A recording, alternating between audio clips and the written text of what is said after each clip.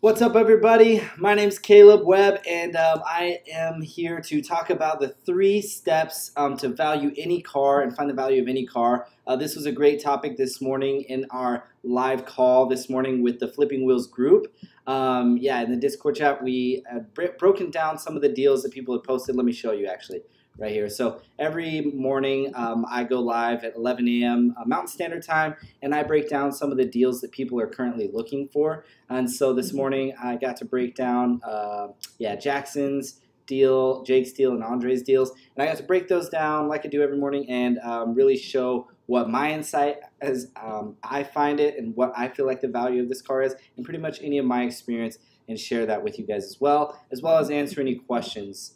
But in today's video, I'm going to share with you a question that Andre brought up. So right here, he had posted a car that I had never even heard of before. I know it's popular over in the UK, or Portugal, sorry. Over in Portugal, I know there's a popular car over there, but I had never heard of it. So I decided to make a video of what I do whenever I find a car that I've never even traded before, a car I've never invested in, and I have no idea what the value is. I know that a lot of new beginning investors in the car market, they come across this problem all the time where they see something they feel like would be a great deal, like maybe it's a Chevy Silverado, and they have no idea what those cars go for. So today we're going to talk about that and the 3 steps on how to value any car. So really the first step is to know your area and know what is being popularly sold and what's in high demand in your area, and to really evaluate how long that particular investment is going to take to turn over, to sell. So for example, in my area, Honda Civics, Toyota Camrys, these kinds of cars, like little sedans like that, they're in really high demand because pretty much every teenage daughter who just turned 16, their father is out looking for them for a car. That's what they're looking for them for. Because in my area, it's very suburban. It's city. There's not a lot of off-roading to do, not a lot of that. It's all commuting cars. So that's what's popular here in my area. And also the second step is to make sure that you know your market, which is different than knowing your area. And what I mean by that is knowing, so for me, for example, I use Craigslist, I use OfferUp, LetGo, and even Facebook Marketplace. And these are where I would go to look at, let's say, for example, it was a Chevy Silverado.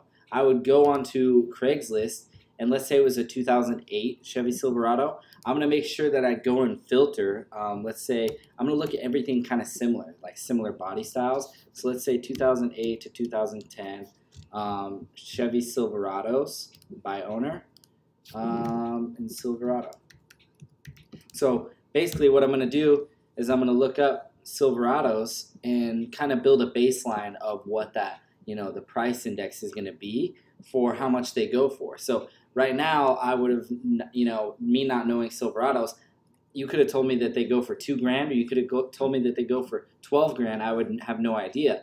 But now that I start to kind of get myself in tune with the market, and as of right now, like I said, looking through, and maybe I'd look through like 30 different ads to kind of build a baseline and see what these really go for. A great example is actually, I'm going to shout him out right now, Clown Ninja.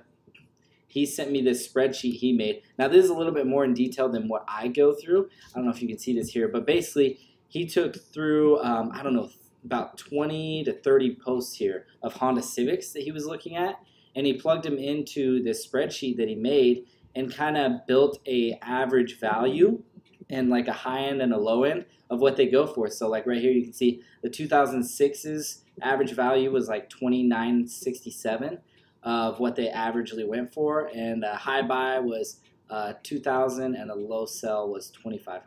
So as you can see, I'm sorry, I said that wrong. The higher end was $3,300 and the lowest was $2,600. So as you can kind of see, as you start to build that baseline, now you kind of know like what the value is in your area, and you're very, very, that's the most accurate way to do it. I'm going to show you one more way after this, but this is the absolute most accurate way, by being really, really focused on, looking at what they're actually going for. Because you can look up, which is the third step, looking up at KBB, but it's not going to be as accurate as, being in tune with your own market. So fantastic job, Clown Ninja, on building that spreadsheet. That's pretty much exactly what I do. I don't have a spreadsheet for it, but I just kind of build a baseline as I go, and that's how I know what to offer people. The third step is, like I talked about a second ago, is to look up the Kelley Blue Book. There's a bunch of different ways to do this. I know there's like TrueCar, other stuff like that. I like to look at Kelley Blue Book. It's pretty much the most accurate one that I've seen.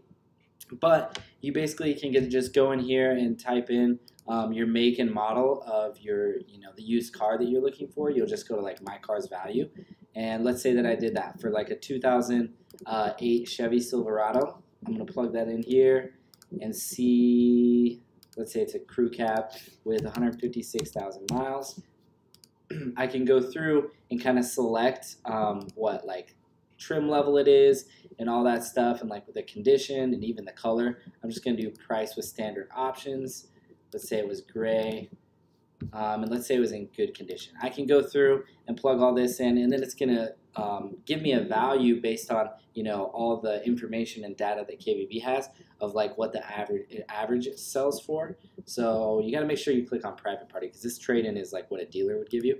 But private party value, it goes anywhere from 6,800 to 10,000 depending on the condition, and yeah, it puts an average of 85.98. But as I said before, this is very, very, very off sometimes. Now, most of the time, it's a very, very good guideline, but there are some specific cases in some areas, depending on, like I said, the area is so important that this can be way off. So you really want to make sure that you highlight on being in tune with your market, avidly looking on Craigslist, OfferUp, LetGo, whatever's popular in your area, to make sure that you find the best baseline for that. So I also wanted to give a really big shout out to my guy in here, Andre, Clown Ninja. Sorry, Clown Ninja, the guy I just showed you that spreadsheet for. He's actually out looking for a deal right now. He's my most avid deal hunter. He's constantly sending me deals and allowing me to break down deals for him. He's out there looking for a deal right now, so big shout out to him. And if you guys have ever wanted to join me in my live calls like I did this morning, where I break down your deals and answer any questions you might have live and in real time, feel free to click the link below, invest 30 seconds of your time to check out more of like what we do, and yeah, it's gonna be super fun. So thanks again for watching, and if you have any other questions as well for me, feel free to DM me. I'll put my Instagram link below as well. Thanks guys for watching. I'll see you next time.